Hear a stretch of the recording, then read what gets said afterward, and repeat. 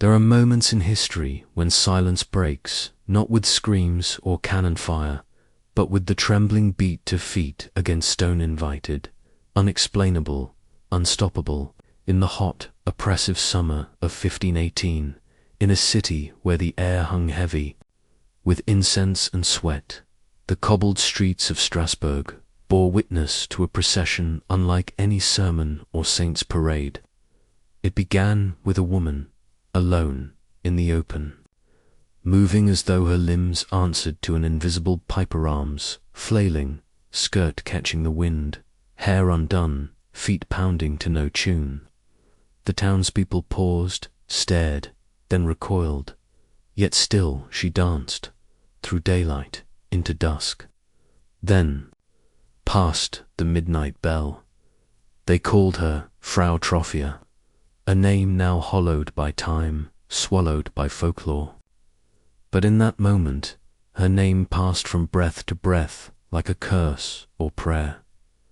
3 days she moved without rest. No music followed her, no joy flickered in her eyes. Her face twisted not in rapture, but in a kind of possession agony, in motion, and then, without explanation, others joined. First a few, then dozens, men, women, elders, all seized by the same spectral rhythm. Their feet blistered, bled. Some collapse, only to rise again, trembling, swaying, pulled by something ancient. Strasbourg was no stranger to suffering. The harvest had failed, disease had stalked the alleys, bread was bitter with mould.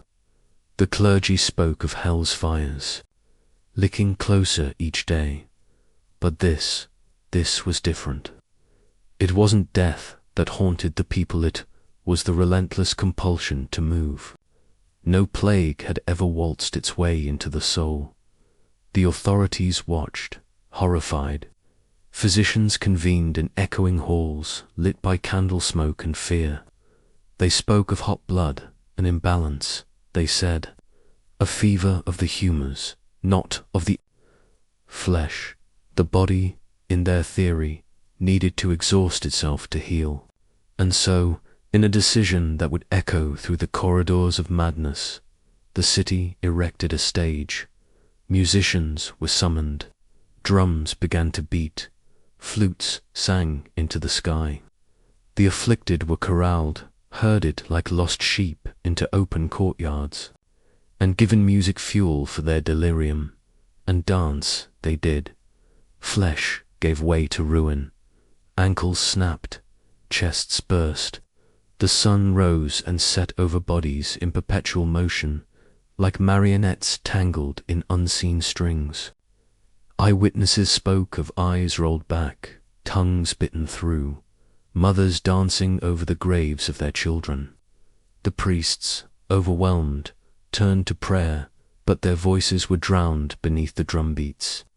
They declared it divine punishment, a plague sent by Saint Vitus, the patron of dancers and epileptics, angry at forgotten offerings.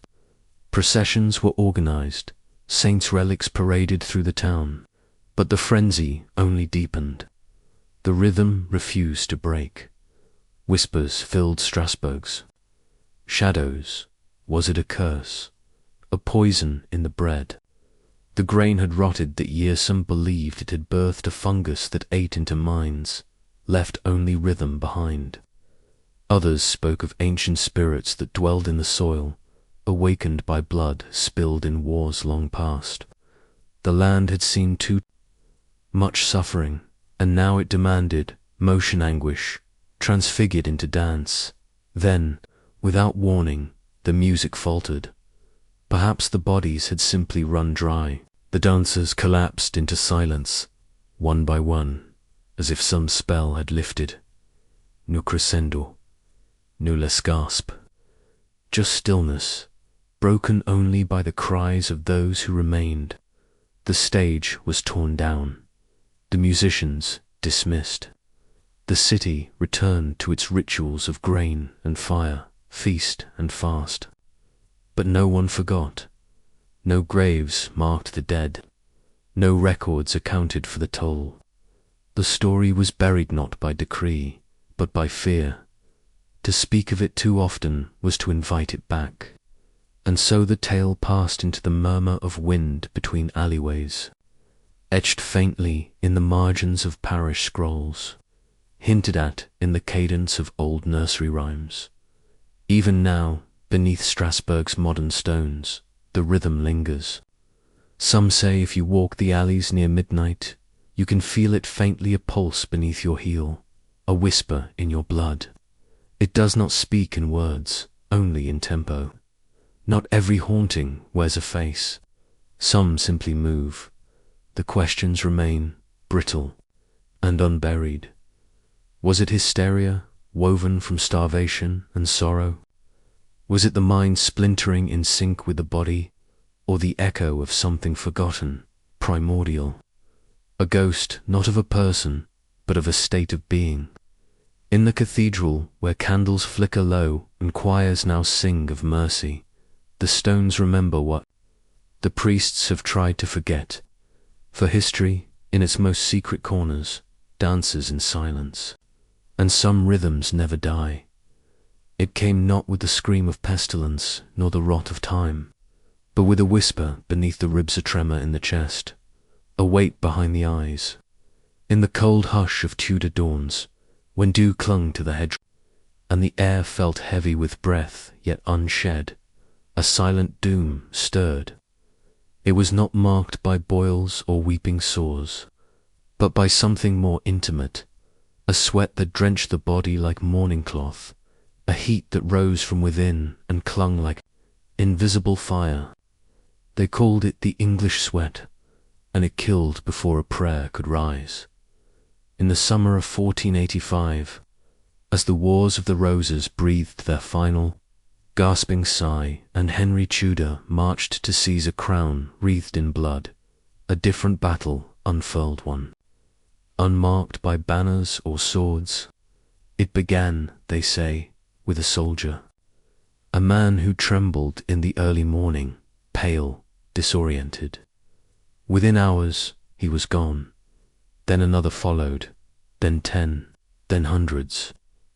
The newly crowned Henry VII, barely seated on his throne, found his victory haunted by a death that moved faster than grief. The sweating began suddenly within hours. Men and women who had dined, laughed, and prayed fell to their knees, eyes wide, skin slick. It spared neither noble nor beggar. Palaces and taverns, cloisters and alehouses all became chambers of shivering agony. A sense of dread preceded the fever, as if some ancient shadow had slipped through the cracks of the world and settled behind the heart. The afflicted would shake, then sweat, then fall. Some cried out in fear, others collapsed mid-word. There was no time for decay, no period for farewell. Death came swiftly, without ceremony, without rot. Unlike the Black Death, which carved its path in weeks and lingered in the bones of the land. The sweat moved like wind impatient, cruel, invisible. Physicians groped for meaning. They cut veins, boiled herbs, applied leeches to warm flesh already fleeing the spirit. They named it Suda, Anglicus, the English sweaters, if binding it to the soil might anchor it, give it shape. But names hold little power over ghosts. It returned in waves, each more feared than the last. 1508, 1517, 1528. Each year brought new whispers, new rituals. Nobles fled the cities for country manners. Servants were forbidden to open windows after dusk. Candles were burned not for light, but as offerings. Doors were sealed with wax. Letters passed only with gloves. And yet the sickness found them. In 1528 the sweat leaped the channel, brushing across Calais like a sigh, touching the shores of Hamburg and beyond. But it did not linger. There it was as if the plague had a mind, a purpose, a homeland. It came. Home to England, always. London, especially, trembled beneath its breath. The court of Henry VIII stood paralyzed. At the height of one outbreak, the king himself abandoned Westminster, retreating from one palace to the next in a desperate game of chess against an unseen player. His letters from that time tremble with fear, his words less kingly, more mortal. The plague respected no crown. Anne Boleyn, too, once fell ill with the sweat. Some say her survival made her fate more twisted, as if death had brushed past her only to return later with subtler tools. The disease, unlike others, left no marks for the chroniclers to sketch, no visible devastation for history to etch. It was a killer of breath, not blood. And so it faded from paintings and portraits, but not from dread. By 1551, it came one final time. Its death toll was sharp, short, suffocating. And then, as if the earth had exhaled it, it vanished. No fanfare, no cure, no reckoning. The records taper into silence. The ink dries mid-sentence. The physicians stop writing. What was it? Even then, none knew. Some said it came from the marshes, born of damp and decay. Others whispered of celestial alignments, cursed stars breathing sickness into mortal lungs. A few murmured darker things, that it was no illness at all, but a curse handed down from ancient wars. Reawakened by betrayal, nourished by ambition, it never returned. But absence does not mean death. The sweat simply receded into the soil, into the folds of England's memory, waiting. Even today, in crumbling Tudor manors, in the corners of great halls where tapestries no longer hang, you can almost hear it, the echo of a breath cut short, the rustle of a shirt soaked in fever. It did not rot the flesh, it did not blacken the skin. It stole life like a jealous god swiftly, hungrily, without reason, a plague without scars, a mystery without conclusion. And that, perhaps, is why it haunts so deeply. For we are not frightened by what we understand, we are frightened by what comes without warning and leaves without trace. It came when the sky cracked open and rain refused to fall, when the rivers shrank into muddy veins and the sun glared down like a vengeful god with no name. In the high plateaus of New Spain, where the wind whispered through cactus and stone, the people watched the land dry, watched the maize curl, watched the air shimmer with heat and silence. And then it began. They called it Kokalitzli, another word whispered with reverence and dread. It meant pestilence, but that word is too thin, too sterile, to carry the weight of what arrived. Kokalitzli was not a mere sickness. It was a grief that walked in flesh, a spirit made of fever and blood. It came not with rats or black boils, but with something older, something deeper, something that seemed to rise from the very earth, called forth by conquest and by drought. The year was 1545, not long since the temples were toppled and the sun no longer received its offerings and blood. The Spanish had claimed dominion over the stone pyramids, over the ancient songs, over the people themselves, but they could not claim the breadth of the mountains, nor the anger beneath the soil. In the villages of the central highlands, where the pulse of the old gods still throbbed beneath ash and rosary, the fever descended. It began with thirst, not the thirst of dry mouths, but of dry hearts, a tremor behind the eyes, a pulsing beneath. The skin, then came the blood, from the nose, from the mouth, from the eyes, as if the soul itself was leaking. The skin turned yellow, the tongue swelled. Children collapsed Mothers cradled lifeless infants still warm in their arms. The dead piled in corners of villages too weary to bury them. Entire settlements went silent in days. The priests came with crosses and holy water. They lifted their hands toward heaven, but the heavens offered no reply. Spanish chroniclers, those who dared to write what they saw, described the horror in sparse, shivering lines. A sickness that took not the old, but the young and strong first, that killed swiftly, but not cleanly, that left behind no logic, no pattern. It spared their own, mostly, and devoured the native people like fire through dry reeds. Some said it was punishment, that the gods of the Mexica, abandoned and dishonored, had returned to claim the blood that had once been promised them. Others whispered of poisoned springs, of rivers turned bitter with conquest, of the spirits of the earth crying out in protest. The Spaniards, fearing rebellion or curse, ordered prayers, ordered silence, ordered death, and still the fever grew. It returned again in 1576, as though the land had not finished its mourning. Another drought, another tide of yellow skin and red tears. Another generation erased. It killed millions, but not loudly, not with the dramatic gore of war. It killed with breathlessness, with trembling, with silence. There were no great murals painted of Kokolitzli, no cathedrals carved in its memory, only the bones beneath the earth. Fields that had once pulsed with the laughter of children now lay hollow. Roads once trodden by sandals, now forgotten by maps. The cities endured some of them, but the spirit of the land shifted. A silence settled in places once known for sacred song. The Spaniards survived, for the most part. Their blood seemed less enticing to the fever. Some said it was divine favor. Others knew better. The plague knew who the land belonged to, and who had stolen it in later years.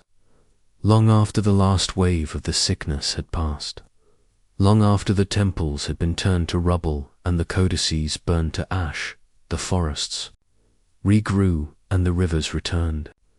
But something in the soul of the land remained broken, like a harp with one string always out of tune. The people never forgot. They couldn't.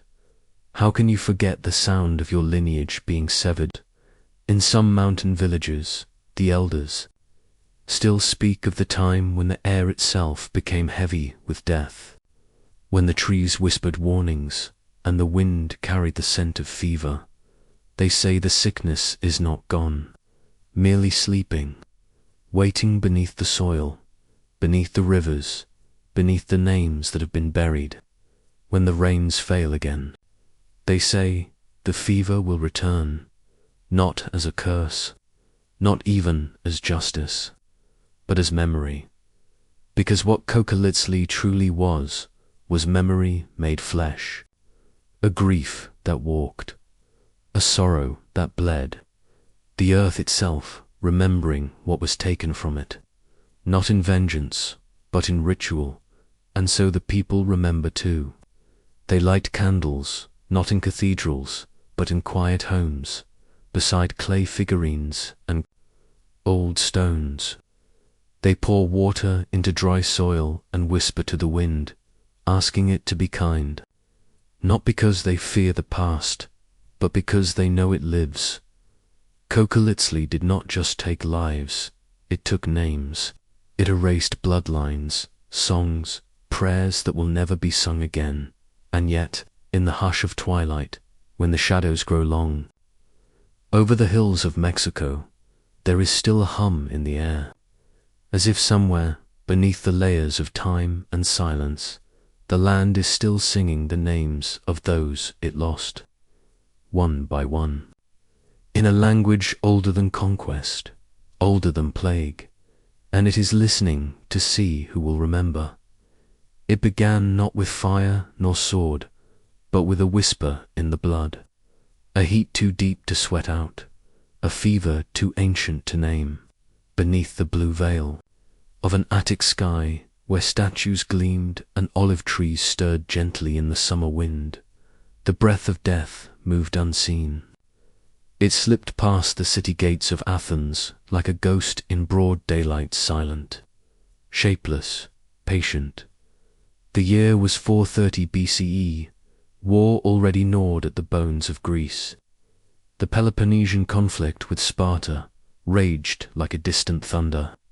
But within, the marble-clad city of Athens, so proud, so clever, so utterly human, another enemy stirred. Not one of spears and shields, but of coughing mouths, burning skin, and the strange rattling sound of dying too fast to pray. Athens had gathered its people tightly, drawing them behind its long walls like frightened children beneath a cloak. Refugees and citizens alike pressed into the city's crowded heart, their breath shared, their hope brittle. They believed in their walls. They believed in Pericles, their silver-tongued leader. They believed, above all, in reason. But reason fled. It began with a dryness of the mouth that no wine could soothe, then a trembling, a heat in the stomach like smouldering coals. The skin flushed crimson, the eyes bled. Some tore off their clothes, consumed by a fire inside that could not be cooled. Others wandered into fountains and wells, choking on the very water they sought for salvation. The sick fell in corners, temples, streets. Wherever they collapsed, they stayed, until the flies found them. Thucydides watched and lived. He, the historian, the skeptic, the soldier, he who survived the fever only to bear witness, cursed with memory. In his writings, he did not name the gods, he named the symptoms, and in doing so, he spoke a deeper kind of myth of truth, too cruel to forget. Fever, vomiting, red eyes, convulsions, a stench that filled the city like rotting. Roses, no remedy worked, no sacrifice appeased the divine.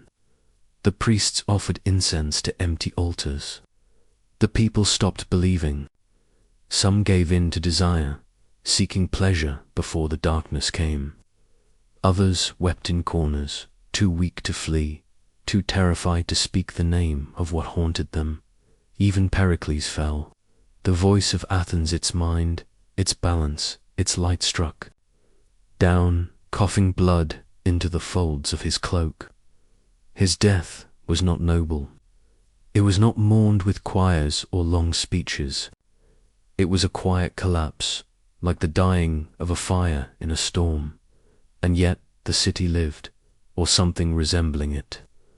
The plague did not kill everyone, just enough. Enough to carve a silence through the agora, enough to leave half-built temples unanswered. Prayers and pyres that burned day and night without pause. Enough to turn men into beasts, looting the dead, abandoning the dying, cursing the gods they once adored. Some said it was sent by Apollo, offended by the arrogance of men who believed they could rule thought itself. Others blamed Egypt, Persia. Even Sparta whispers that some enemy had poisoned the wells. But the wells were clear. The poison was within. When the war finally stuttered to a pause, so too did the plague. It vanished as it came, without farewell, without reason, without a name. The survivors emerged, blinking into the sun, blinking not in gratitude, but in stunned quiet. They had won nothing, built nothing. The gods had taken nothing in return, only left behind questions like ashes. Even now, when the ruins of Athens bask in tourist light, when the columns stand tall but hollow, the plague lingers not in air but in myth. Beneath the marble is soil darkened by unmarked graves. The bones of the unknown lie tangled in mass pits, their mouths open in silent retellings. Science tries to speak for them. Typhoid, perhaps, Ebola-like hemorrhagic fevers, but nothing fits quite right. The symptoms don't settle. The diagnosis drifts like smoke through time, because some tragedies are not meant to be solved. Some wounds do not scar, but remain raw across the ages in the still hours of night. When all the world feels too loud and yet too empty, one might hear it again, the breath of that ancient fever moving through memory like a second wind. It reminds us that no wall is high enough, no philosophy sure enough, no city immortal. Athens burned not from without, but from within, and sometimes, when the summer air grows thick, and the air smells faintly of dust and lemons and something older, something forgotten, it feels as though the fever is only sleeping, waiting, watching, unnamed, unclaimed, unfinished. It began, as all hauntings do, not with screams, but with silence in the deep heart of northern France, where the hills of Picardy roll like forgotten hymns beneath a sky too pale to remember joy. The stillness was broken, not by thunder, nor war, nor plague marching in full armor. No, this was something subtler, something that crept through the hedgerows and laced itself into the breath of cattle and children. A sweat, a sorrow, a sickness that wore no face. They called it le suet de Picard, the Picardy sweat, a name whispered like a curse by villagers who had learned to read death not in wounds, but in warmth. It was the summer of 1718 when the first tremors returned. The wheat was tall, the churches cool and dim. The air hummed with insects, as it always did. Yet beneath the buzzing came another sound, a hush like the drawing of breath before a scream. That was when the sweating began. At first, it was just the farmers, the field hands, hunched and soaked, eyes darting. Then the children, fevered, wailing in tongues not taught. Then the noble woman, pale and trembling, her fingers clawing at invisible spiders. The sickness did not choose, it simply took. The priests began to count. 100, 200, more.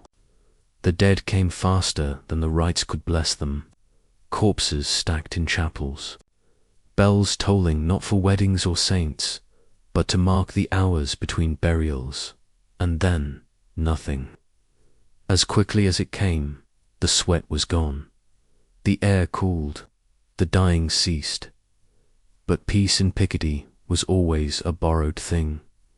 For years it returned, always the same and yet never fully understood. The first symptoms were milder weariness in the bones, a tightening of the chest. Then the heat came, not from outside, but from within.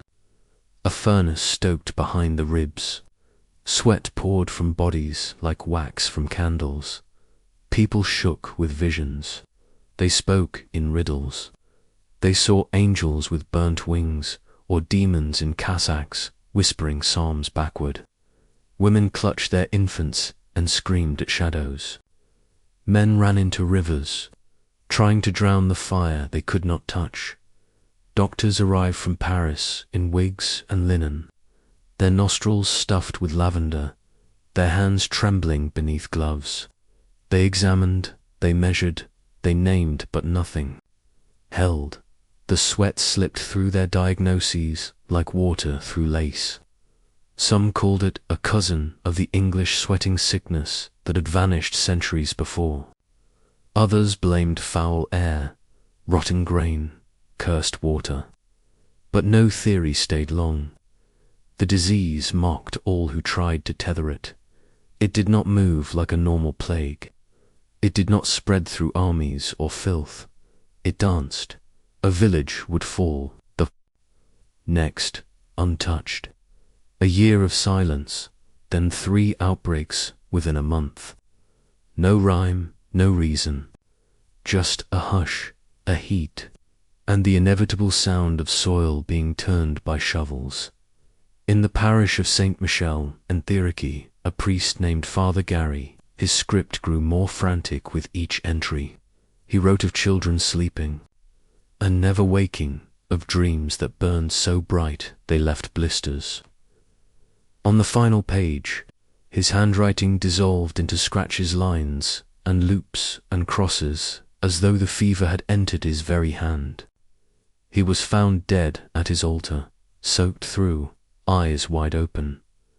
The diary was buried with him. No one dared open it again. Even the animals grew strange. Cows refused to eat. Dogs howled at noon. Birds flew in circles, never landing. The earth itself seemed unsure. Crops failed without reason. Wells grew cloudy. Night came earlier, or seemed to, and still no name held. No cure remained. The sweat came and went like a memory half remembered. Villagers began to speak of it, not as a disease, but as a visitation, a punishment. A spirit that fed not on bodies, but on fear. Some said it was the devil walking barefoot through the fields. Others believed it was the souls of those buried too quickly, rising through the mist to reclaim breath. No king addressed it. No war blamed it. It remained a ghost in the ledger of history, a sickness that stained no scrolls, built no quarantines, inspired no revolutions, only the quiet dread of knowing that health was never truly theirs, that life, however tenderly lived, could sweat itself away in a single night. By the late 18th century, the Picardy sweat had vanished once again. This time it did not return. The fields grew green. The bells rang for harvests and baptisms. New generations forgot the tales or doubted them entirely. But in the hollows of old chapels, in the quiet places where moss grows over nameless stones, the air remembers. It holds a warmth that is not from sun, a moisture that clings too long to the skin, a silence to complete. For there are afflictions older than medicine, visitors that need no name, only invitation. And perhaps the Picardy sweat was not a plague at all, but a reminder that the body is a fragile temple, that fear wears many masks, and that sometimes the most terrifying illness is the one that leaves without a trace, unwritten, unburied, and entirely unseen. It came not with thunder, nor with blood, but with bread in the summer of 1951, in the sleepy folds of Pont Saint-Esprit, a village nestled along the Rhine like a prayer cradled in stone. The air was unusually still. The mistral winds that often swept through the olive groves had quieted, and a warm, uneasy silence hung above the cobbled streets. Bakers rose before dawn, as they always did, their ovens glowing with ancient fire, the scent of yeast and ash drifting like incense through shuttered windows. No one noticed anything strange at first. Bread, after all, is sacred. It arrives with dawn, it breaks the fast, it blesses the table. And in Pont Saint-Esprit, bread was life woven into every cradle song, every funeral hymn. But that August, the loaves held something else, something hidden beneath the crust, something that would steal away reason, like mold creeping through the mind. It began with a shiver. Madame Rochette, a widow with clouded eyes and fingers stained from jam, dropped her cup and wept, claiming the Virgin Mary was bleeding from her. Shut as her neighbours thought it grief. But then came young Marcel Dard, who ran into the street, screaming that serpents were writhing through his veins. He tore at his skin until he collapsed, twitching on the church steps. That same night, the miller's son tried to drown himself in the fountain, whispering of men with blue teeth who had crept into his lungs. One by one, the townsfolk were gripped. Some trembled uncontrollably, their limbs like puppets caught in invisible strings. Others saw their furniture twist into demons, their gardens blaze with impossible flame. An old priest stood at the pulpit and confessed sins no one could understand, sobbing, babbling in dead Latin. A child laughed while her eyes rolled white, and a shopkeeper gentle, quiet threw himself from a second-story window, convinced he could fly.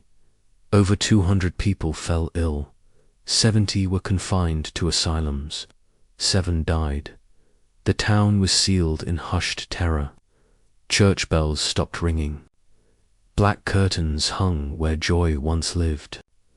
Men walked the streets with arms crossed, murmuring prayers under their breath, clutching rosaries like anchors against madness. Women boiled their linens. No one ate, no one slept, and beneath it all a question curdled. What had they swallowed? The authorities came. Doctors with briefcases, scientists with notebooks. They tested the wells, the grain, the soil. They sniffed the flour. All pointed to the same culprit target. A fungus, they said, that grows on rye, invisible, deadly, ancient. A sickness from the Middle Ages, when whole villages danced to death beneath its spell. A cousin of madness, a fungus of fire. It can warp the blood, twist the mind. They named it like it would break the spell. But not everyone was satisfied. There were whispers that did not fit in notebooks. The baker, it was said, had not fallen ill, nor his wife, nor his children.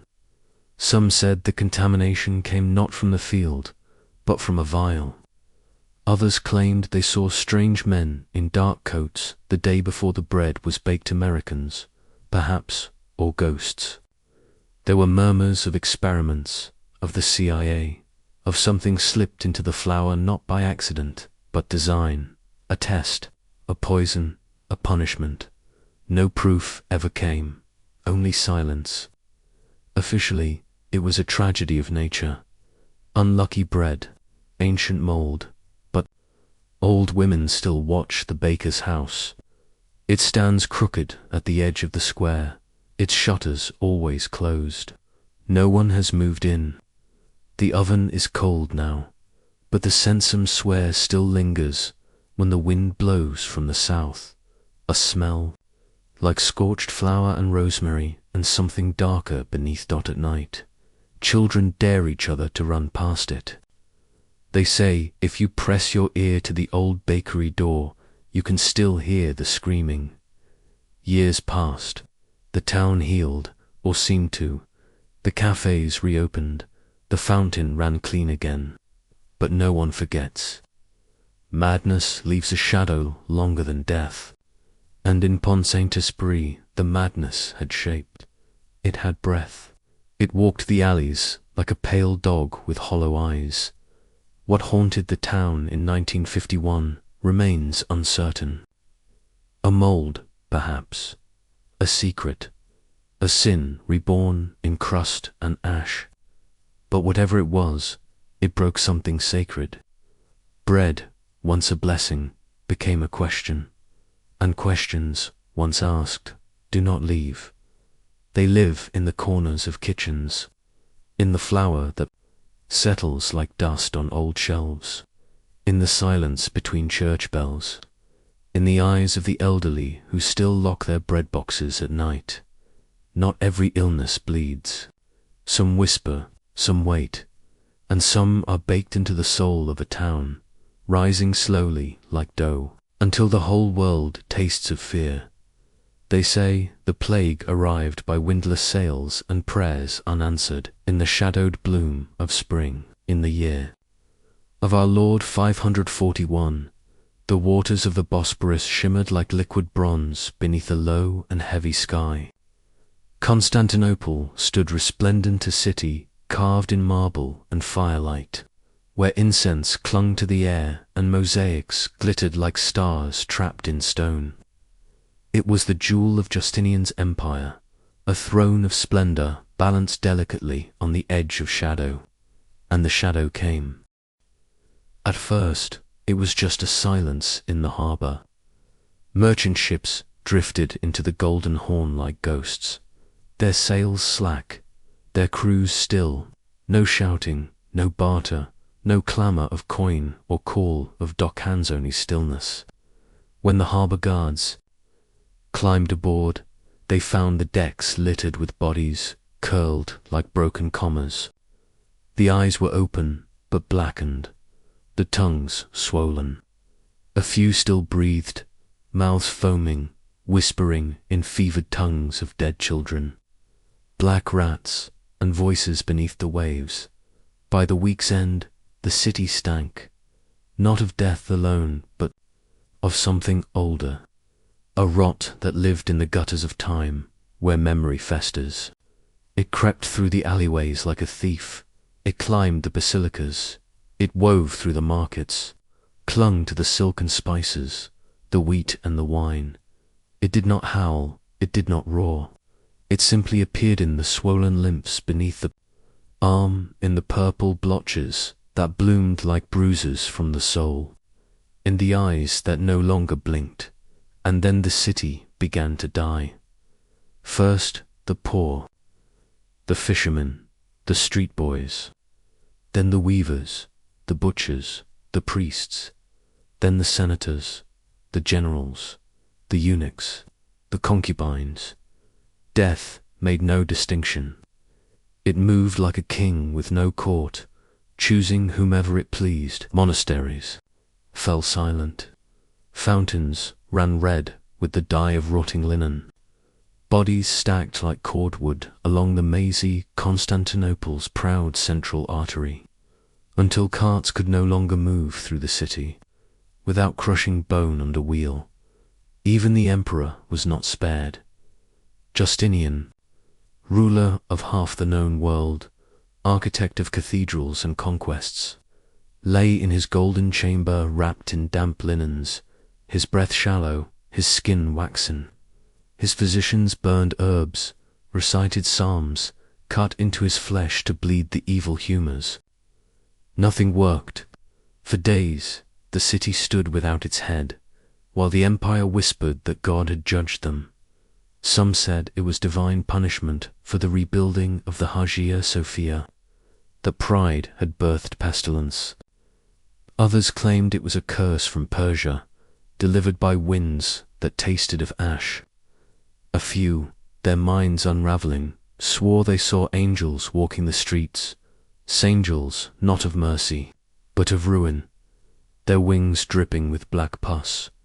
The plague had no name then, no scripture, no doctrine. It came before taxonomy, before medicine understood the shape of its own helplessness. But in time, they would call it loimos, megaster, great pestilence.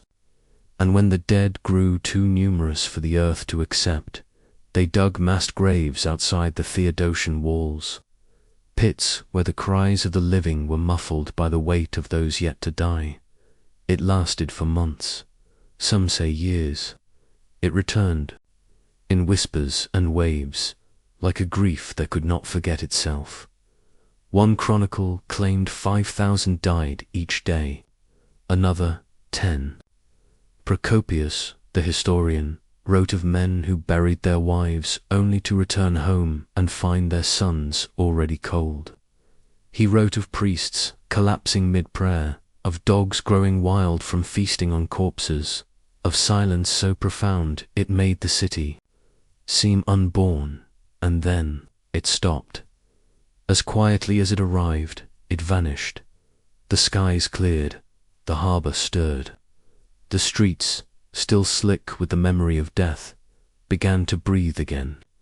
Survivors emerged like moths from the chrysalis of horror, blinking into the sun as though waking from a dream that had reshaped their bones.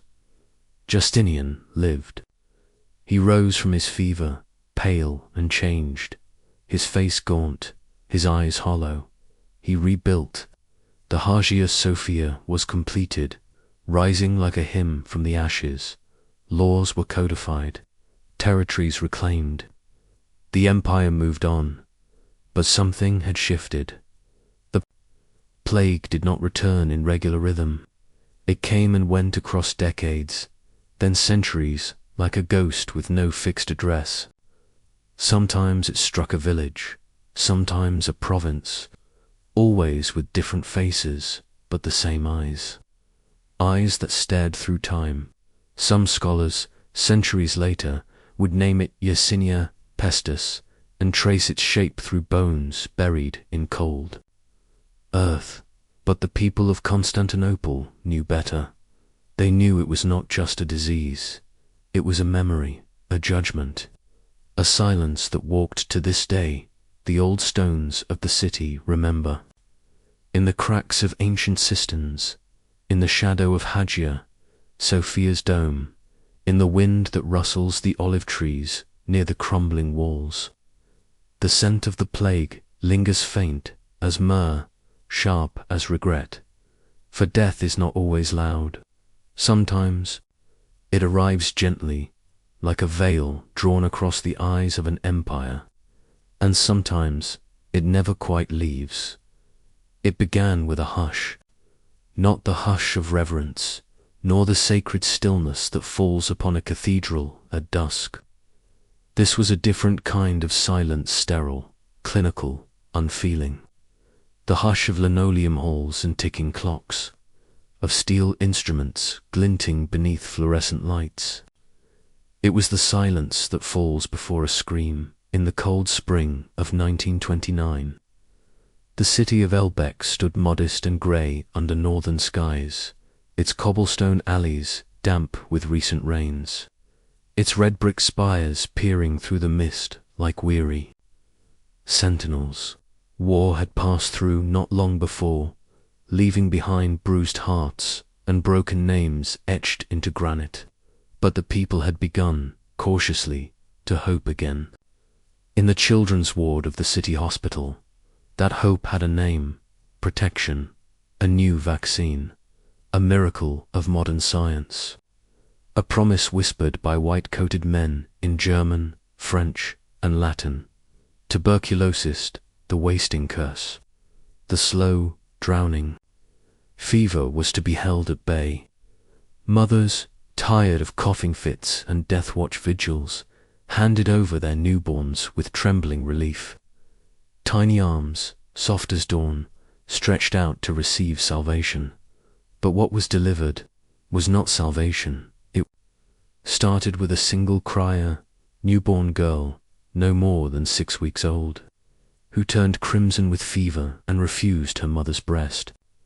Her skin blistered, her breathing rattled, her eyes, once full of that warm animal trust only babies possess, turned glassy, and then more followed. 1, then 2, then dozens. By midsummer, the children's ward had become a shrine of agony. Infants screamed until their voices collapsed into hoarse gasps. Others fell quiet, too quiet, their limbs limp as wet cloth. Some bled from the nose, others convulsed, as though haunted by phantoms only they could see. Nurses moved like ghosts through the corridors, their faces pale, hands trembling as they marked names, so many names, on small white tags. The scent of milk soured in the air, mixed with antiseptic bile and grief. 77 children died.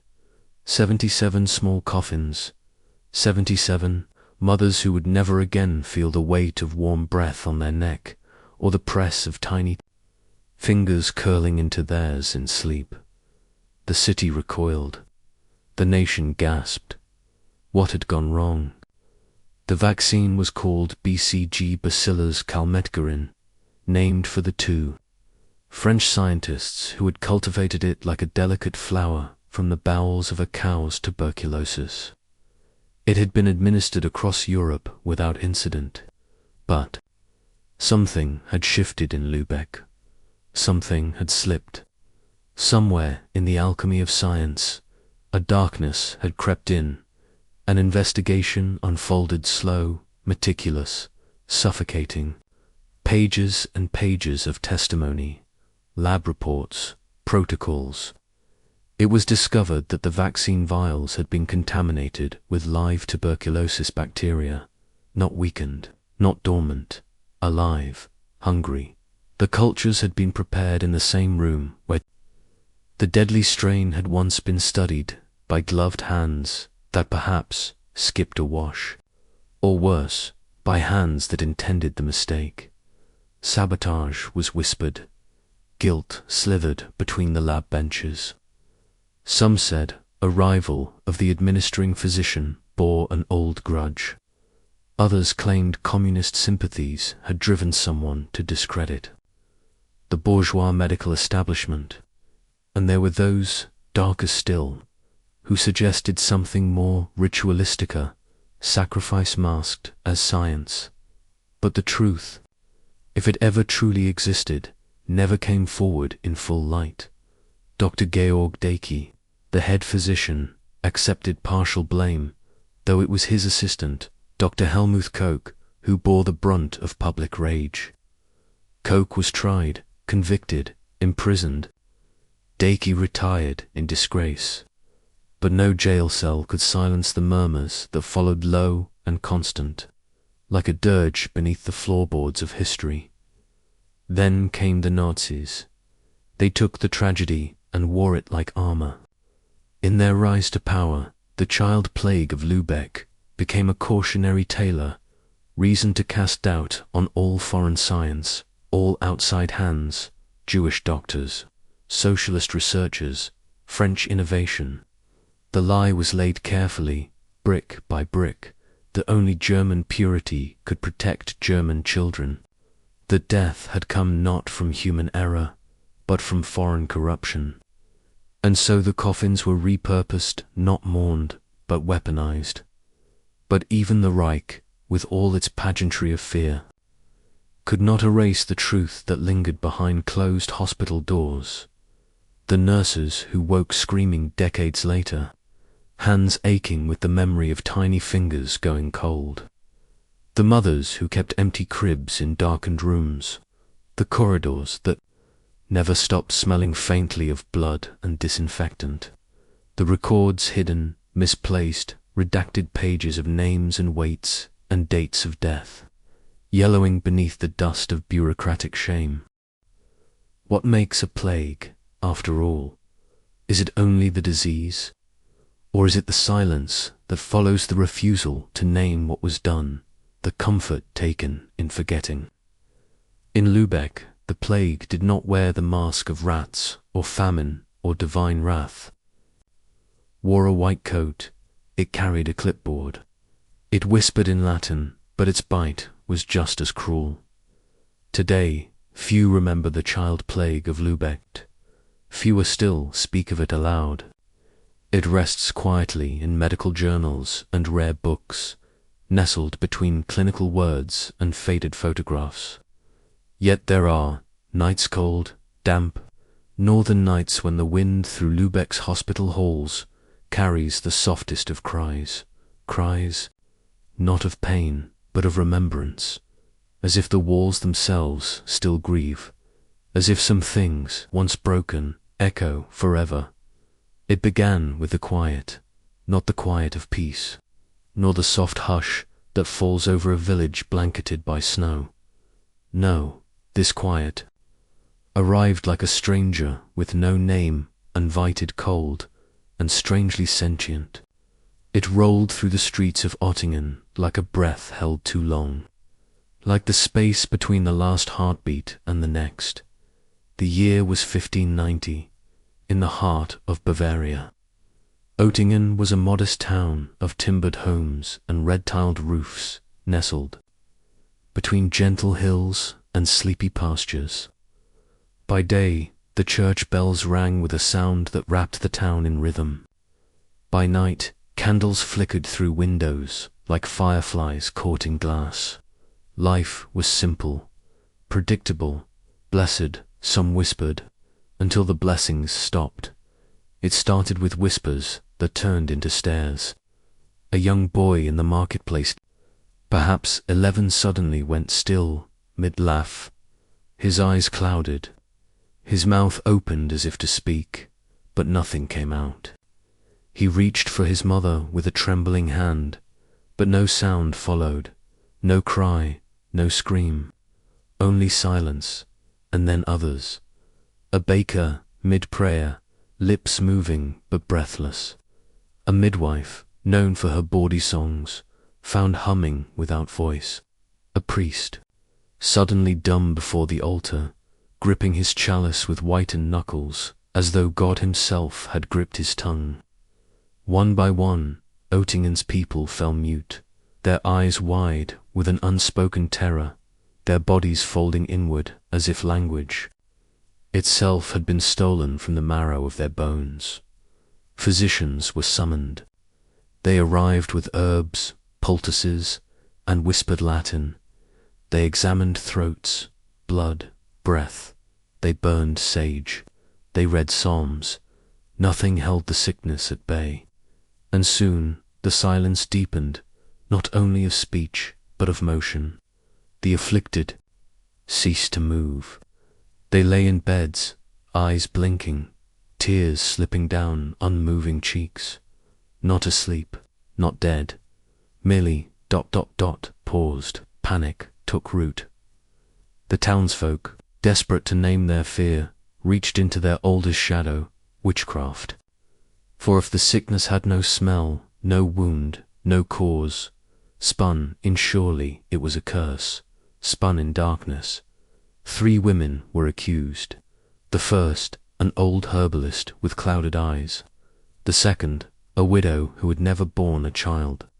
The third, a girl of 13 whose cat followed her too closely. They were dragged to the center square. There, beneath the gaze of crucifixes and ash-faced neighbors, they were hanged. The crowd watched in sacred horror as their bodies swung in silence, the rope creaking like a hymn out of tune. The wind did not shift, the air did not clear. No one stirred, but the sickness did not leave. It continued dispassionately, collapsed during morning prayers. A seamstress fell still with her needle poised mid-stitch. A farmer was found kneeling in his field, eyes fixed skyward, unmoving even as the sun burned his scalp. And then, as suddenly as it came, it stopped. No grand exorcism, no final incantation, no divine trumpet or sacrifice that turned the tide. One day the silence simply loosened. Those who had been stilled began to stir. One blinked, another coughed. A mother sobbed aloud for the first time in weeks. The town exhaled. But even in this release, joy did not return. It was not healing, not really. It was survival stained with shame. Too much had been taken. Too much had been done. The women were not unhanged. The dead did not rise. And the quiet never fully left. No. Neighboring town reported similar symptoms. No pox spread beyond the borders. The sickness was a ghost that respected boundaries. Physicians returned to their cities confused. Church records were altered, rewritten, hidden. It was as if the land itself had decided to forget, had folded the memory inward like parchment sealed with wax. But the people remembered not. The children of those who lived through it spoke softer than others. They looked over their shoulders more. Often they walked barefoot across the chapel stone, listening for a silence that no longer needed sound. The very soil of Oettingen seemed to bear the hush in its roots. In the way the wind curved around corners instead of through them, even. Now, centuries later, the town is quieter than most. Tourists say the air feels thick there, like it's waiting for something. Locals do not speak of 1590. They know better. The sickness, they say, wasn't a plague of the flesh, it was a thinning of the veil. A moment when the voice of the world of breath, prayer, mourning was swallowed by something deeper. Something that does not want to be named, and what cannot be named, cannot be answered. Some say the sickness was divine judgment without fire. Others say it was madness, carried by fear itself, like pollen on spring air.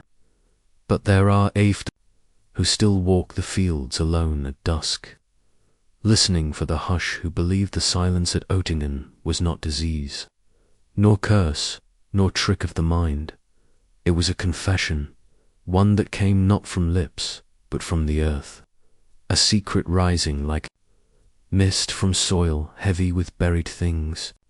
And once it spoke, once the silence held its sermon, there was nothing left to say. So the town remained still listening. The snow fell in cell, like ash from an unseen pyre, slow, silent, unending. It blanketed the narrow paths and buried the wooden rooftops until the village no longer looked like it belonged to the living. The mountains loomed like sleeping giants, their peaks swallowed in grey fog, their silence a weight pressing upon every chest. It was the winter of 1762, and though the hearths still glowed and the goats still bled warm, something in Cell had begun to turn cold in the soul. It started with the voices, not shouts, not even murmurs, but whispers, too faint to name, too sharp to ignore. They drifted through keyholes, rustled behind shutters, coiled beneath floorboards like smoke. They came not from men nor beasts, but from the snow itself, faz, though the frozen ground had begun to dream aloud. Women knitting by firelight would look up suddenly, their needles stilled. Men returning from the woods would pause on the path, their eyes narrowed to the tree line, breath caught like prey in a trap. The children heard them best. One girl claimed a doll had begun to sing in a language she did not know. A boy awoke, screaming that his brother dead these 4 winters had spoken to him from beneath the ice. The villagers, steeped in old Lutheran teachings and older pagan bones, crossed themselves without thought, but their prayers sounded hollow. The church bell rang dull that month, as though its tongue were numb with frost. Then came the visions. Figures moved between the pines, tall and slow, neither running nor walking, gliding like forgotten kings. They wore cloaks made of shadow and bone, their faces pale, long, eyeless. Some villagers said they bore antlers. Others swore they had no heads at all, only swirling black where faces should be. A shepherd returned raving, blood on his hands, and no sheep at his back. They watched me, he gasped, but they did not blink. And then the vanishings. At first, it was only an old man who wandered too far from his cottage and never returned. Then a wife, found barefoot in the snow, eyes wide open, lips stitched with ice. Then 3 boys, drawn to the forest by a song, their footprints stopping mid-trail as if plucked from the earth. A few came back, but they came back wrong, silent, shaking, flesh marked by black welts that looked not of frost, but of fire. One boy's hair had turned white. Another girl would not eat unless fed by hand, like a babe again. Their tongues remained still, as if they remembered too much or nothing at all. Cell was a small village. Every loss was a wound that would never close. The pastor, once a robust man of scripture and steel, began to wither before the altar. He tried to write sermons, but the ink spilled in strange spirals across the parchment. During one sermon, he stopped mid-prayer, staring into the rafters, and whispered, "He is not gone. He waits between the trees." The following Sunday, the church doors did not open. The records halted. No births, no deaths, no hymns, just silence. Some blamed famine. It was true, the winter had been cruel. Roots had frozen in the ground. Livestock wandered into the woods, driven mad with hunger. Others whispered of mercury used in the mines to the north, they said, seeping into the streams. But the grandmothers, those keepers of darker lore, said otherwise. They called it the whisper winter. They spoke of the old ways of spirits trapped beneath the ice, of the skogsers, the forest mistress who lured the proud and punished the greedy. They said the trees were ancient and vengeful, that the wind carried more than weather. We were too loud, one crone muttered by firelight, her fingers shaking around a rosary, and they heard us. And perhaps she was right. Cell did not burn, it did not drown. It simply faded. By the time the thaw came, the snow melted reluctantly, as if reluctant to release what it held. Bodies were found curled beneath roots. Some bore carvings on there, flesh runes not seen in 2 centuries. Others had been gently arranged, their eyes closed, mouths open in what looked like song. But no one sang by midsummer. Life returned in hesitant breaths. The goats birthed pale kids. The stream ran clearer, but no one entered the forest again, not even the bold and the church. It reopened, eventually. A new pastor came from the south. He asked no questions. The records resumed as if the silence had never happened. Yet even today, in those yellowed pages, a gap yawns where winter should have been. The villagers never filled it. The parchment, like the land, had swallowed its confession. Now, when the wind howls too long, when frost lingers past its welcome, the people of Cell remember. They light candles and place them in the windows, not to guide the lost home, but to keep something else out, something they will not name.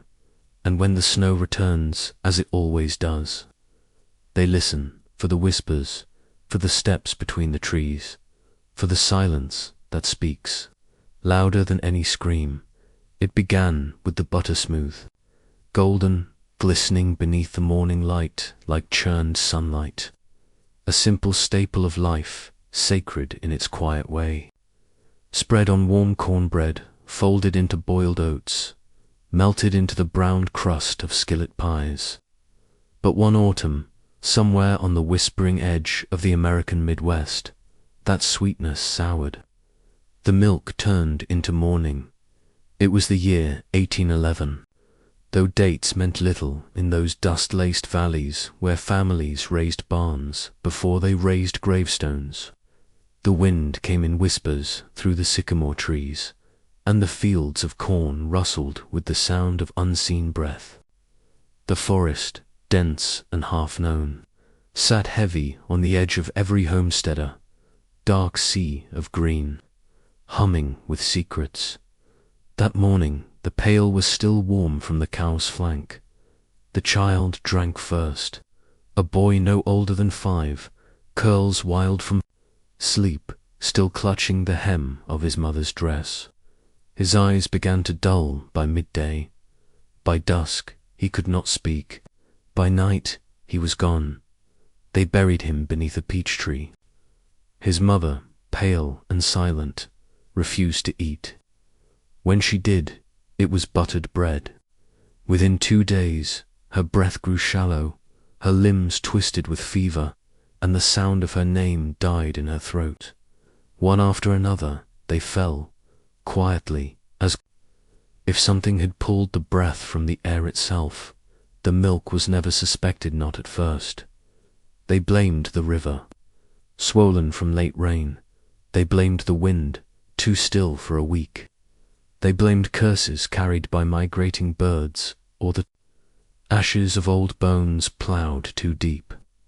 But the cows stood healthy, placid, and blinking in the morning mist.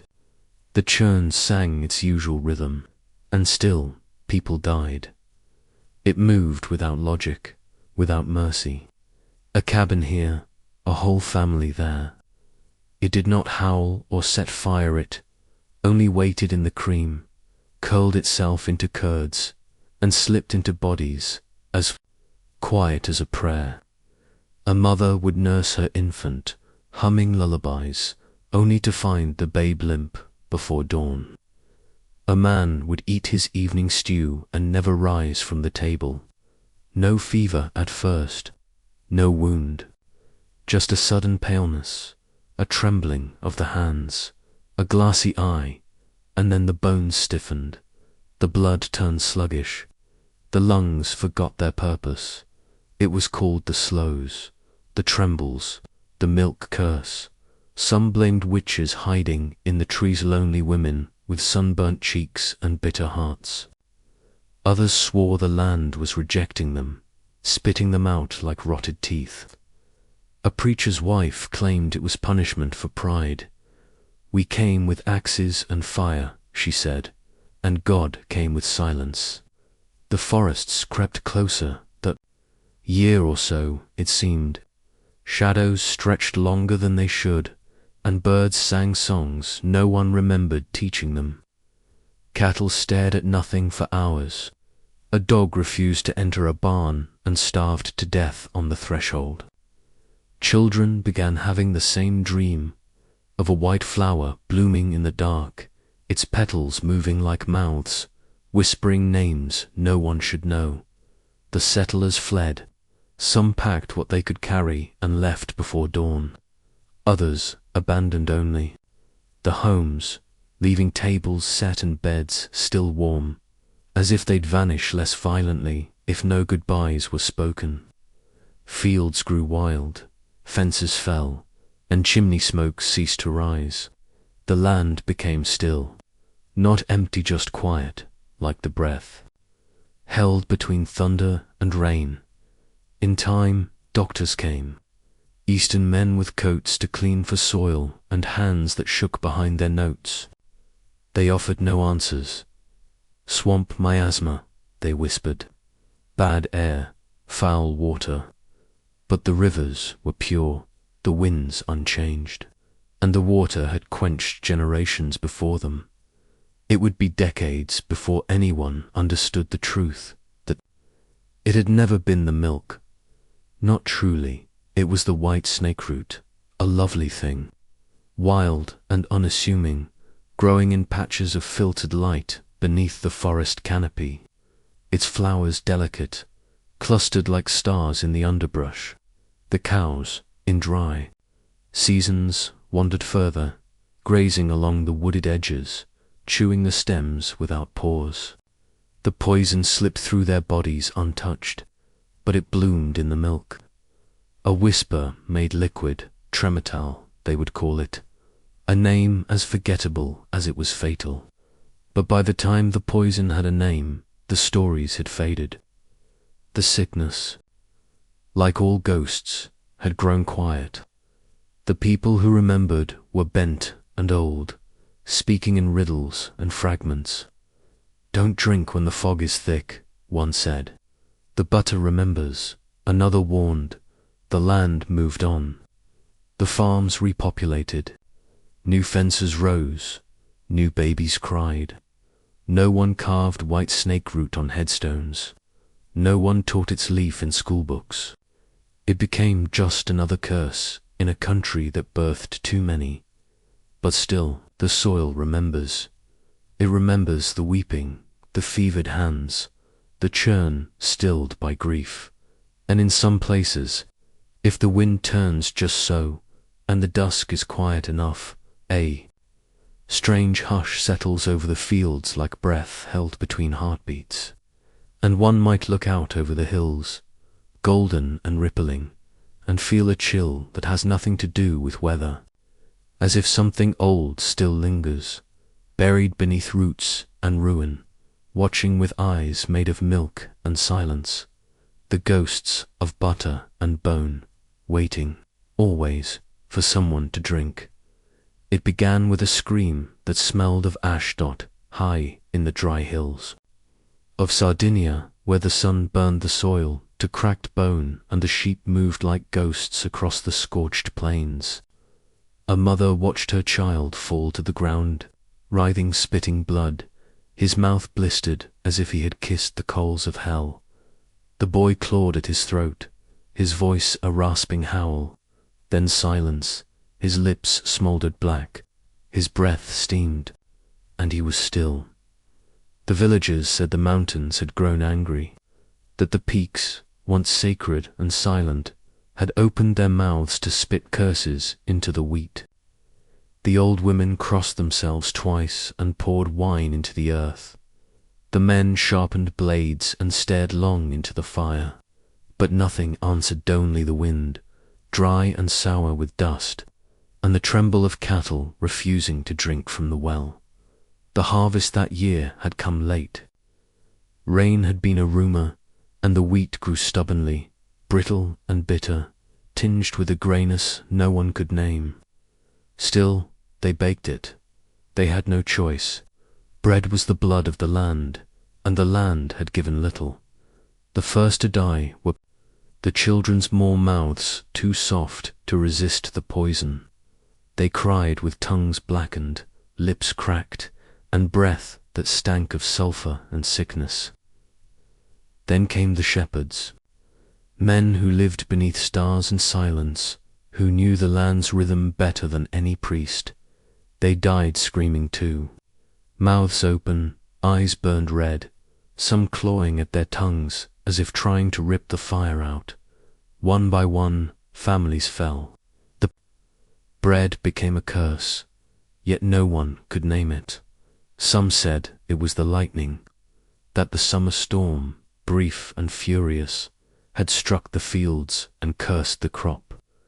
Others whispered of the old gods, those buried beneath Christian crosses, and long-silenced bells awakening, angry for being forgotten. The afflicted could not drink. Water turned to knives in their throats. Milk curdled on contact with their lips. Only wine dulled the pain, and even that burned on its way down, staining their mouths like the blood of martyrs. Livestock died too, but not the way animals should. Their mouths foamed, teeth shattered, tongues swelling grotesquely until they suffocated. The sheep ran in circles until they collapsed. Goats screamed. Dogs whimpered and refused to approach the fields. Soon the wheat stood untouched, waving gently in the mountain wind like a golden mirage of death. Mothers covered their children's mouths with rags soaked in vinegar. Elders whispered that the devil had climbed up through the roots and into the grain. The priests, powerless and pale, held mass in empty chapels and dared not eat the Eucharist. The bread, after all, was holy. Now it was cursed. Word travelled through the hills like smoke. Villagers shuttered their ovens. Grain was burned in heaps. But still, the sickness lingered on fingertips, on lips, in the very air. Even the ashes seemed to whisper. The afflicted were buried far from the town, their mouths sewn shut, their bodies salted and wrapped in oilcloth, as if even death could not be trusted. And then, just as the sun began to cool and the grapes ripened, it stopped. No more screams, no more blistered lips. The wind shifted, the animals quieted, and the bread, made from a new harvest, was safe again. The government never came, not truly. A few letters were written. A few officials passed through with bored eyes and nervous glances. They asked questions, took samples, then they left, speaking of weather, of famine, of natural afflictions. No reports were filed, no warnings given. The silence became policy. But in Sardinia they remember how the bread turned to ash on the tongue, how a single bite could sear through a man's soul. They speak still of the summer when the wheat was kissed by lightning, of the fire that bloomed not in the hearth but in the body. They do not name it in full, for fear of waking it. To this day, they say, Do not harvest after thunder. Let the fields rest when the sky has wept fire. Watch the grain. Smell the earth. And never, never eat the first bread of a scorched field, because some say it wasn't the wheat at all. Some say it was the mountain, watching, waiting, with a mouth full of fire, and a hunger for silence. The sea gave birth to it. Or so the islanders would say, long after the taste of salt turned bitter in their mouths. It began with the fish.l, heroed the smallest and most remote of the Canary Islands, cradled in volcanic rock and the hymns of ancient tides. In the spring of 1802, the sea grew strangely warm, not with sun, but something deeper, something that pulsed from beneath the black reefs and whispered through the currents like a voice half sleeping. Fishermen, gnawed by salt and time, hauled, in nets heavy with rot, fish with bellies split too easily, their flesh discolored, their eyes blood-red and swollen. They moved even after death, twitching. Watching the village priest called it a sign. Others said the fish had been cursed. But the elders, those who remembered the sea before Spain's flags were ever planted on volcanic soil, fell silent. They lit candles instead. They left offerings at the tide-line figs, wine, crushed lavender, prayers written in forgotten tongues. Still, the sea did not calm. Soon the sickness began. It came not in waves, but in a slow, creeping tide. It started with itching redness across the forearms, the back, behind the ears. Then came the boils, the peeling, the weeping skin. A fever followed, a hunger that could not be satisfied. Men lost their memories. Women spoke in voices not their own. Children fell into comas, their eyes fluttering as though they were dreaming of drowning. One by one, the villagers along the shore emptied. Fishermen abandoned their boats. Bells no longer rang in the chapel towers. Goats wandered the roads alone, bleating into silence. The island's nights grew long, hushed and watching. There were stories, always whispered and never confirmed, of ships that came too close to the island and lost their wegfrews, found days later, raving or silent, their mouths green with bile and filled with salt. One merchant vessel, it is said, drifted back into port with its sails shredded and every man aboard blind. They had eaten fish bought near El Hierro. They had dreamed of fire in the sea. The Spanish crown, troubled by silence from its westernmost edge, sent 2 ships bearing botanists and physicians, learned men in ivory coats. They landed at El Hierro and made their way inland, notebooks in hand. They took samples, catalogued symptoms, interviewed what few villagers remained, and then, satisfied, they left bound for Cadiz, their journals wrapped in oilskin, sealed against salt and storm. But the sea did not let them go. Their ship was found weeks later, cracked open against the rocks of the Iberian coast. Notebooks lost, all hands drowned, their throats swollen, their tongues dark with rot. What remained were only fragments, half-melted pages found washed ashore, ink blurred, like tear trails. Words like neurotoxin, algae bloom, and anomalous temperature gradients, but nothing complete, nothing final. As suddenly as it had come, the sickness retreated. The fish returned to normal, though fewer were caught. The villagers slowly crept back, rebuilding with hesitant hands. The church doors opened again, though no one dared bless the sea. Life returned, but something beneath it had changed. They never fished deep again. They say the sea still swells strangely near El Hierro, though modern ships pass with little notice. But the islanders remember. The old ones glance at the waves with caution. And sometimes, in the market stalls at dusk, a fisherman will slit open a fresh catch and find something wrong. A faint green sheen, a shimmer in the eyes, a second row of teeth. He will throw it back without a word. There are those who say it was science. Volcanic gases, perhaps leaking unseen from the ocean floor, or an algae bloom, red as blood and thick with poison. But there are no firm answers. And even science knows its limits, because the sea has its own memory. It forgets nothing, and sometimes, when the moon is too full and the wind turns sharp, the villagers hear the surf singing, a low, crooning hum, not malevolent, not kind, just watching, waiting, breathing beneath. They do not answer. They lock their doors. They sleep lightly. And when they dream of fish with red eyes, swimming in circles beneath a sunless sea, whispering stories only the drowned remember. The trees do not speak in Livonia. They listen. In the mist-trapped woods of the 1730s, where birch and fir grew like clustered sentinels beneath a bruised northern sky, a silence began to spread. It came not as thunder or plague or fire. It came gently like sleep or forgetting. They called it the Pimadoos, who do the fog of darkness. The first to notice were the grandmothers, whose needles ceased their knitting as names slipped like smoke from their fingers.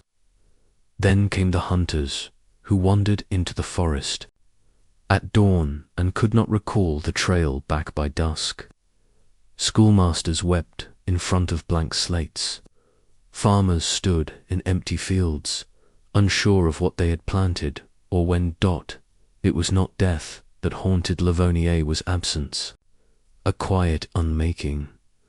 The land, caught between the teeth of empires, had long known war, taxation, conscription, but this was different. It left no bodies, no blood. Only silence where stories once lived. Whole families sat around hearths in mute confusion, staring at one another with polite unease. Some held hands without knowing why. Others named their children boy or girl, having lost even the words they once whispered in love. The church called it madness. Priests came with their bells and incense, reading Latin into the fog, but the words fell flat. No exorcism could banish the pale, creeping emptiness. In Tollen and Riga, the learned scribbled theories on scrolls, blight, perhaps, or fungus. Something sour in the rye that bloated the belly and twisted the mind. They blamed the mushroom, that ancient conspirator, blooming in the dark between the trees. But among the peasants, the whispers told another tale. They spoke of the Metz forest spirits, old and watchful. It was said the trees kept memories, that every step you took on moss-covered soil was a page turned in a book written in roots. And when the people forgot to honor the woods, to hang silver threads on branches, to leave offerings of bread and honey, the forest grew hungry, not for flesh, for names at first. They tried to fight it. Talismans were carved from rowan wood. Children were marked with ash to protect their minds. Villagers gathered to sing the old songs louder, hoping to hold onto some thread of self. But the forgetting did not come like a wind. It came like mold, creeping, persistent. In a small village near Lake Papers, a woman named Antra bound her husband to their marriage bed with red twine, whispering stories of their courtship into his ear night after night. But by the third month, he simply wept and asked her to leave. "You are kind," he said, "but I do not know you." By the end of the season, she no longer remembered who she had been tying to the bed. Some believed the blight was punishment for pride too. Many trees felled, too many ancient stones shattered and reused to build new, sterile churches. In Curaçao, elders recalled a tale of a forgotten forest altar, torn down by soldiers for firewood.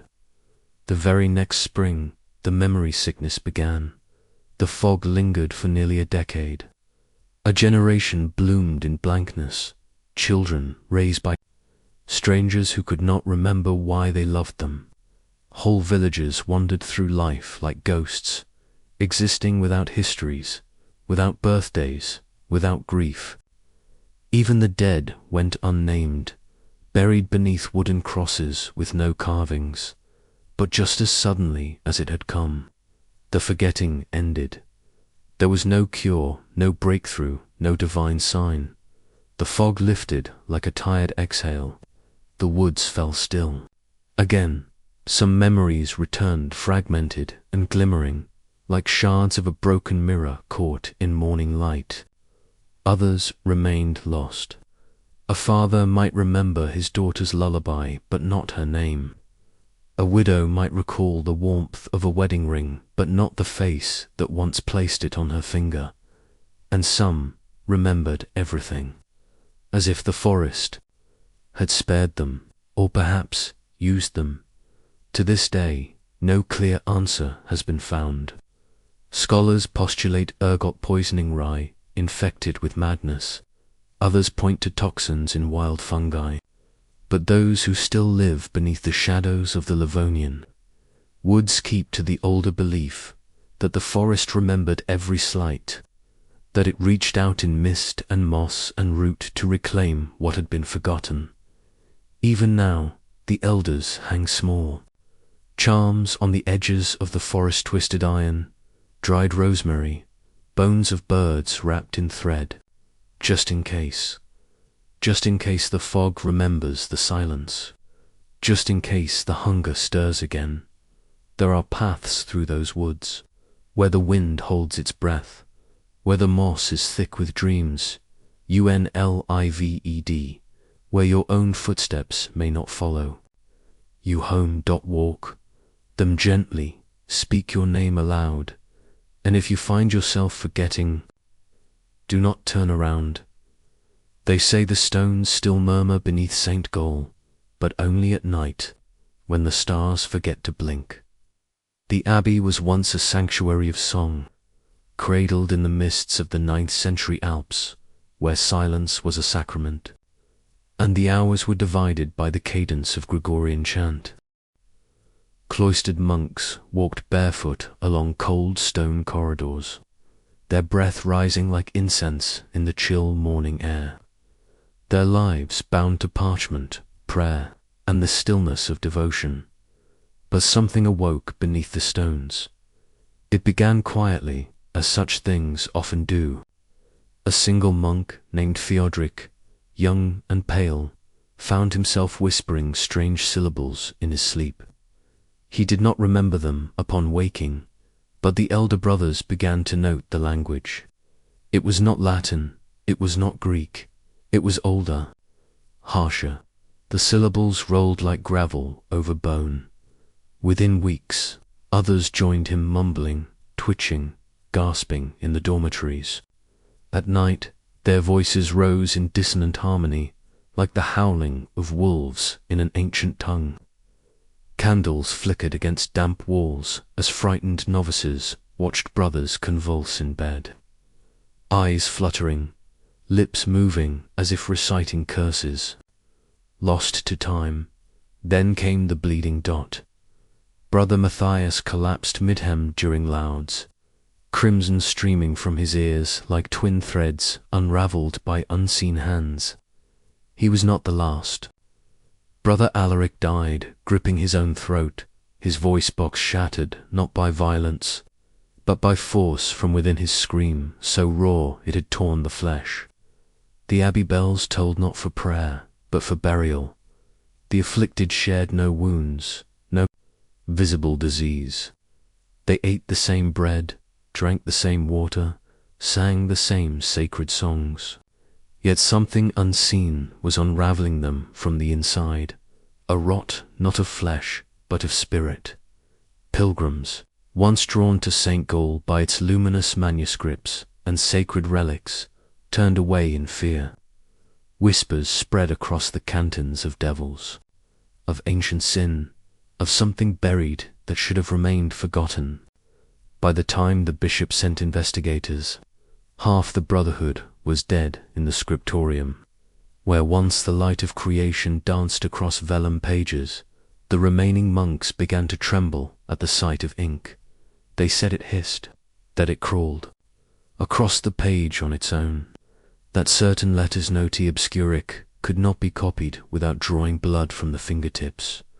A scribe named Brother Gero locked himself away, refusing food, scratching symbols into goatskin with splinters of bone. He claimed he was translating the tongue from his dreams. He claimed he was almost finished. The final scroll, when at last he emerged with it clutched to his chest, was unreadable its script, looping like vines twisted in agony, filled with letters that did not belong to any known alphabet. He spoke one word before collapsing at the altar. Audient, they are listening. He was the last to die. The scroll was hidden away beneath the abbey's altar, bound in wax and linen. For a time, peace returned. The abbey's halls grew quiet again, though not with sanctity but dread. The surviving monks moved through their days like shadows. They chanted more softly, as if fearing who or what might hear them. Some began to place wax in their ears. Others stopped speaking entirely. The years wore on. Centuries passed. Fires consumed the library once. Lightning struck the belfry. Invading soldiers trampled the cloisters. The scroll was thought lost in one of these calamities, burned, buried, or taken. Its words, if they ever held meaning, are ash now, and yet the abbey never quite healed. Visitors today note the air is different, heavy, as if weighed with secrets. The acoustics of strange sounds fall flat, like voices do not want to echo. The birds avoid the eaves. The bells ring, but the sound does not carry. Some claim they feel watched not by eyes, but by memory, as though something beneath the earth recalls what the monks tried to forget. No modern analysis, no microscope or chemical probe has solved what plagued the brothers. Contaminated ink, some say, black mold in the ancient stone. Others whisper of shared guilt, or madness passed like a torch in the dark. But the oldest theory, the one never written down but still passed in soft tones by old archivists and candlelit guides, is simpler, that the monks of St. Gall were not sick. They were heard, and once you are heard, you cannot unbe. If you ever go there, walk quietly. Do not hum, do not whistle, do not recite scripture aloud, because some voices lie dormant, and some ink never truly dries. It began with a blush, not of love, nor shame, but something colder, deeper, a red that bloomed like lacquer left too long. Beneath the sun slow, creeping, unnaturally vibrant. It first appeared along the napes of necks, behind the ears, in the creases of wrists and the curve of ankles, places usually touched only by lovers or lantern light in 18th century Edo, where the night hummed with silk and secrets. Such beauty often hid poison. The red came to the geisha first, those eternal blossoms of art and sorrow, who danced for men that never saw their eyes, only their masks. They whispered of it in the tea-houses, a strange rash, spreading like spilled ink beneath the skin, hot to the touch, but numb to pain. One girl's voice cracked in the middle of a ballad, her throat raw though she'd not been ill. Another could no longer lift her shamisen by week's end. Then the flakes came. Skin fell like snow on tatami floors, delicate, dry, and curling. At the edges, men began to cancel their visits. Physicians muttered of foreign silks, dyes, powders, things imported through hidden channels by Dutch merchants or smuggled through Nagasaki under moonlight. But no robe, no rouge, no ointment could be blamed with certainty in Shitamachi, where the poor slept with paper-thin walls and gods made of driftwood.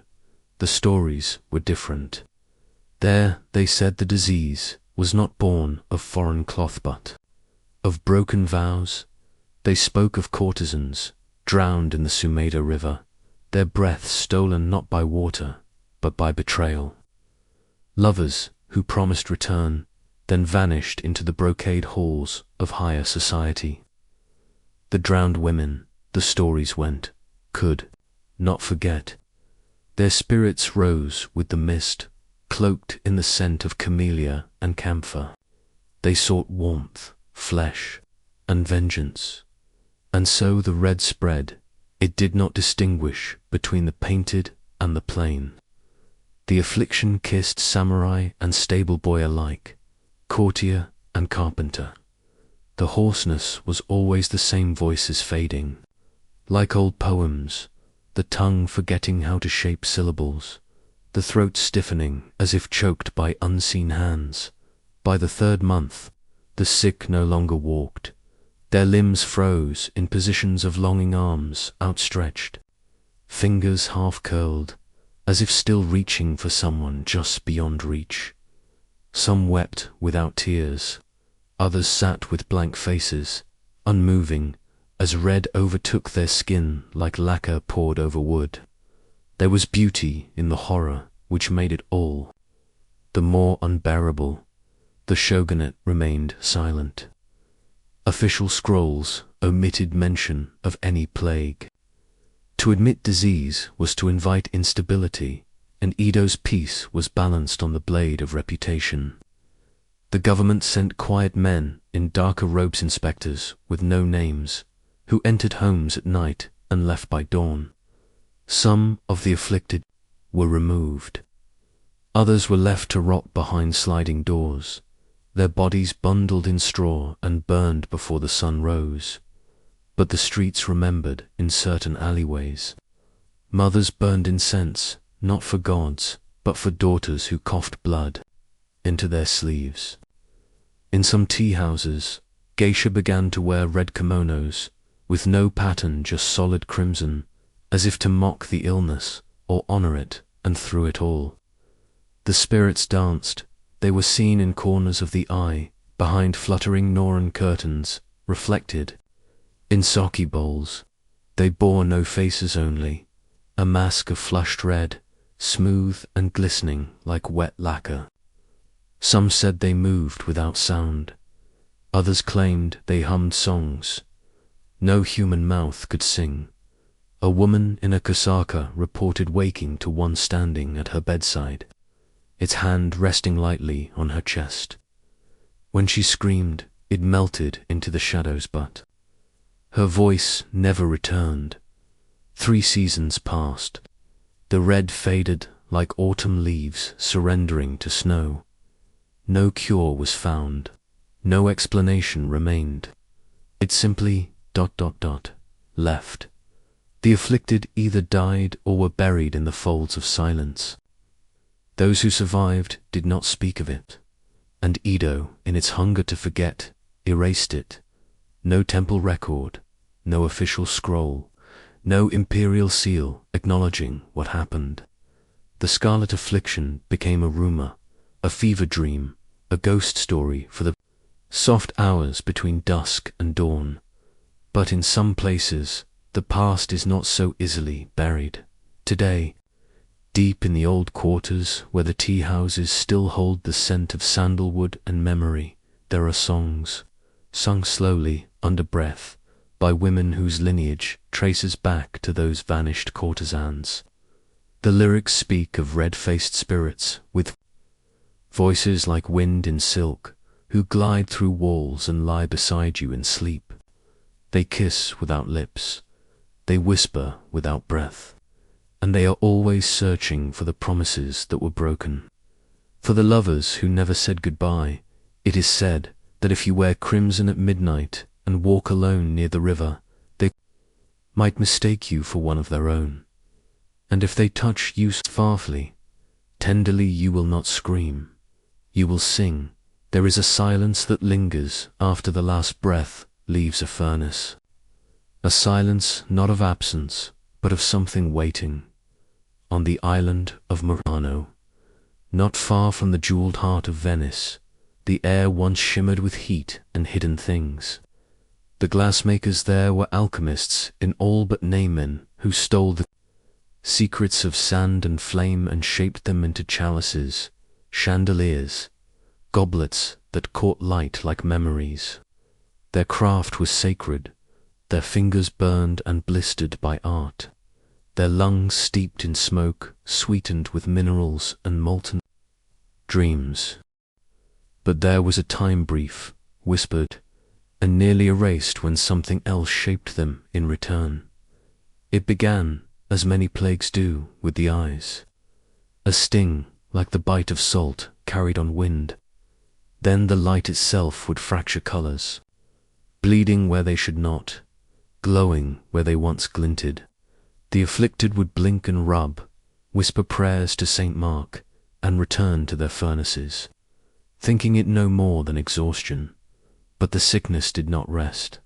Skin began to change, not with blisters, not with heat, but a strange hardening, like glass forming beneath flesh.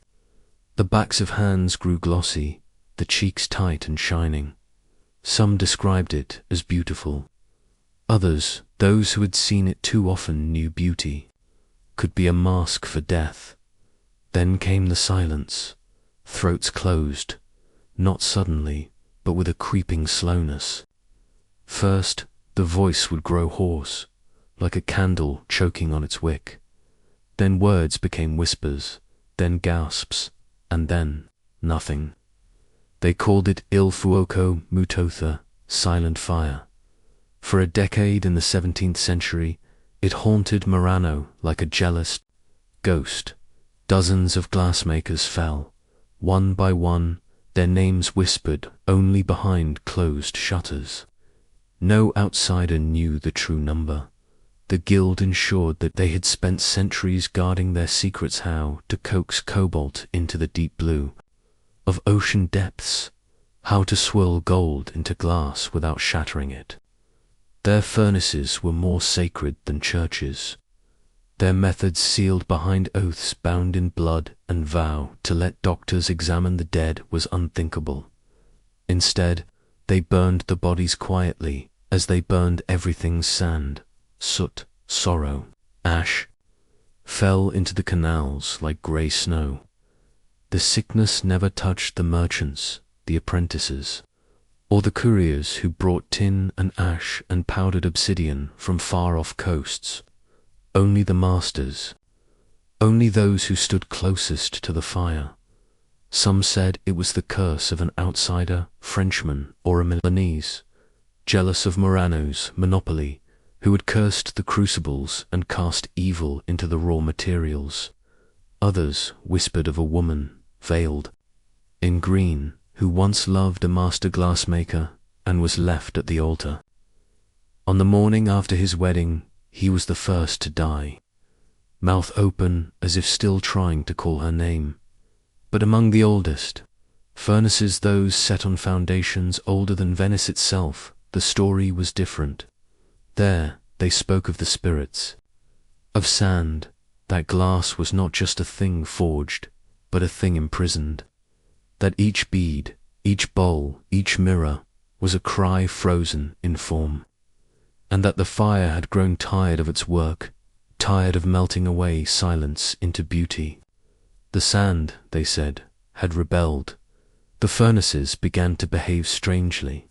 Flames that once danced in obedient ribbons now flared wild and blue, or flickered to nothing without warning. Crucibles cracked without heat. The air around them trembled, like breath held too long. One night, a young apprentice named Paolo was found staring into the fire long after the others had left.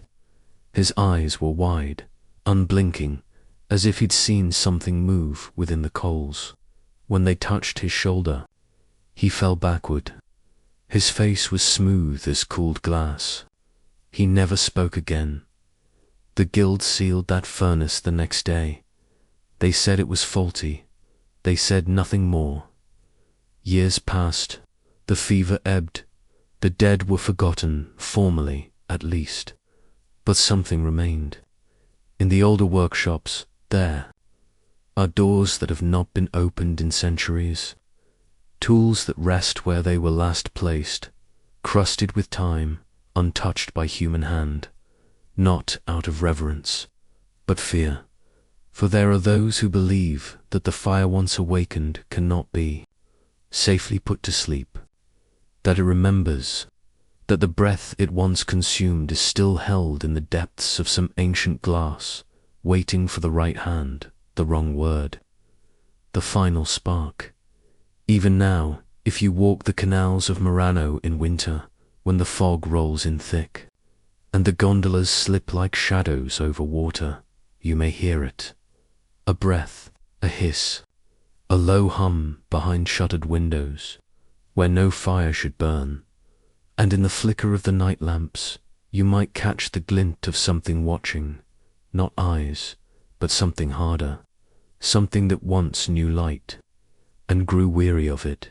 It is said that beauty demands sacrifice. On Moreno, they learned that the hard way. Some fires never die, they only wait.